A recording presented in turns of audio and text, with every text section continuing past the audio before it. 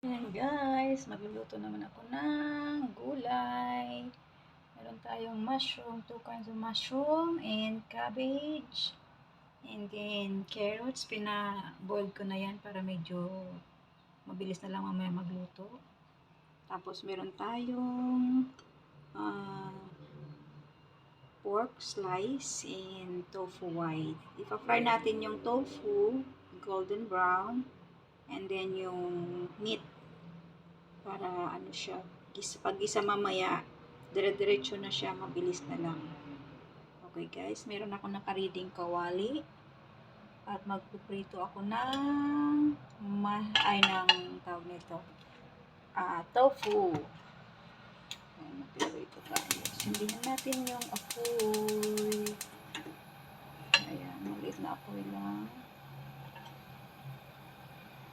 Ito po yung tofu.